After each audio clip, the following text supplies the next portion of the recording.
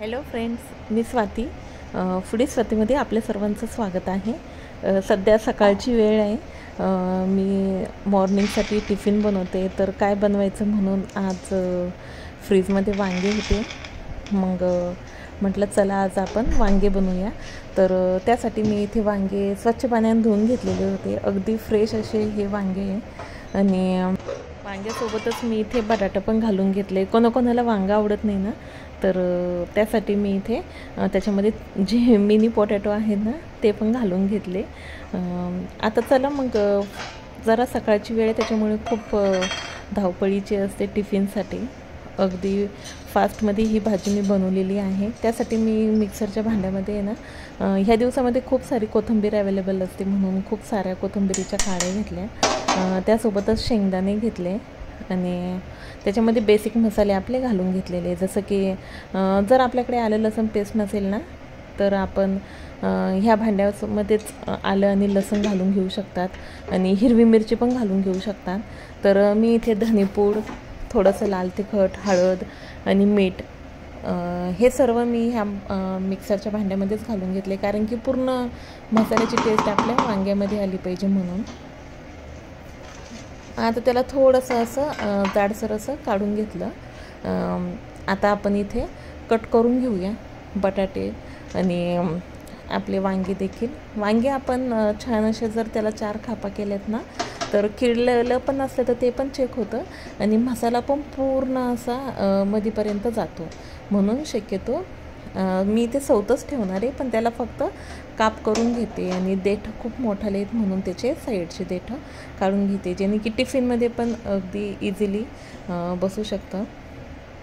तर आता जरा वांगे जे आहे ते कट करून घेतल्यामुळे आता आपण मसाला जो आहे तो छान असा मधीपर्यंत त्याला भरून घ्यायचा आहे. आपल्याकडे जर वेळ असेल ना, तर छान असं मध्ये भरून आपण प्रेस करून ठेवून देऊ शकता.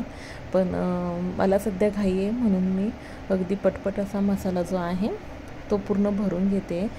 मी रेग्युलरमध्ये टोमॅटो घालत नाही आहे, पण आज घालावंसं वाटलं म्हणून मी टोमॅटोचे पण अगदी मोठाले 4च असे काप करून घेतलेले. मला पर्सनली टोमॅटो खूप आवडतो, तर मी वांग्यामध्ये टोमॅटो पण घालून घेतला आणि बटाटे पण ॲडिशनल आहे. कोणी कोणी खात नाही ना वांगं म्हणून. तर आता पूर्ण मसाला मी फिल करून घेतलेला आहे. कढई ठेवून घेऊया आणि त्याच्यामध्ये छान असं तेल सोडायचं आहे. आपण भरपूर प्रमाणात तेल घालू शकता. ती छान असं तेल जे आहे ते कडकडीत गरम झाल्यानंतर आपल्याला आलं लसूण पेस्ट घालून घ्यायची आहे. तर आपण मिक्सरच्या पण भांड्यात घातलेलं होतं, पण अगदी जस्ट थोडासा वरून मसाल्यांना छान असा फ्लेवर आला पाहिजे म्हणून मी घालून घेते. पण आपल्याला जर नसन घालायचं ना, तर आपण जो मसाला भरलेला आहे ना वांग्यामध्ये तर तोच घालून घ्यायचा आहे, वेगळं काही घालायचं नाही. पण मी फक्त अगदी भाजीला जो आहे थोडासा अजून छान फ्लेवर यावं म्हणून मी थोडंसं आलं लसूण पेस्ट घातली. आणि तिखट पण सपोज जर आपल्याला 2 चमचे घालायचे असेल ना, तर 1 चमचा आपण जो मसाला आपण बारीक करतो ना तेव्हा घालू शकतात आणि 1 चमचा आपण वरून घालू शकतात. त्यांनी काय होतं, चव पण येते समजा आणि कलर पण येतो भाजीला. तर मी इथे थोडंसं आलं लसूण आणि तिखट घालून घेतलं.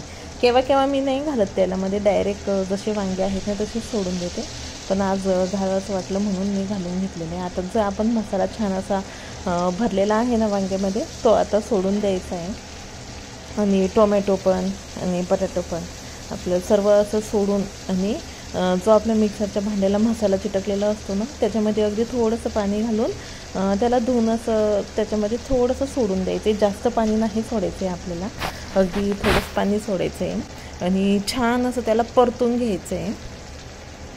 सुरुवातीला आपल्याला हायच फ्लेम ठेवायची आहे आणि पूर्ण जो आपला मिक्सरला होता ना मसाला भांड्याला तो सगळा अगदी काढून थोडंसंच पाणी घालायचं आहे आणि पूर्ण छान हाय फ्लेमवर आधी आपल्याला पूर्ण हे जे वांगे आहेत ना ते छान असे परतून घ्यायचे. आणि परतल्यानंतर आपल्याला थोडीशी मीडियम टू लो फ्लेम ठेवून सुरुवातीला आपल्याला मीडियम फ्लेम ठेवायची आहे 5 ते 7 मिनटे आणि नंतर आपण लो करू शकता.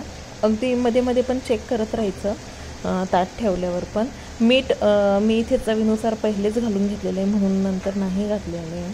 आणि छान असा हाय फ्लेम झाले ना तर आपल्याला आता मी थोडंसं जे पाणी होतं ना ते घालून घेतलेलं आहे आपल्याला जास्त प्रमाणात पाणी नाही घालायचं आहे, त्याने अगदी आपलं वांगं जे आहे ते ग्रेव्हीसारखं दिसेल आणि खूपच गाळ होऊन जाईल. जास्त पण गाळ नको आहे, अगदी छान असं भरीव वांगं जे आहेत ना ते सुकं सुकंच खूप छान लागतं.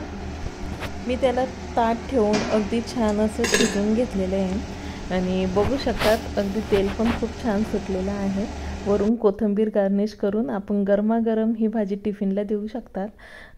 आपल्याला माझी ही जर रेसिपी आवडली असेल तर प्लीज माझ्या चॅनलला सबस्क्राईब करा आणि लाईक करा, कमेंट करा, शेअर करा आणि बेल आयकॉनवर क्लिक करा. थँक्यू.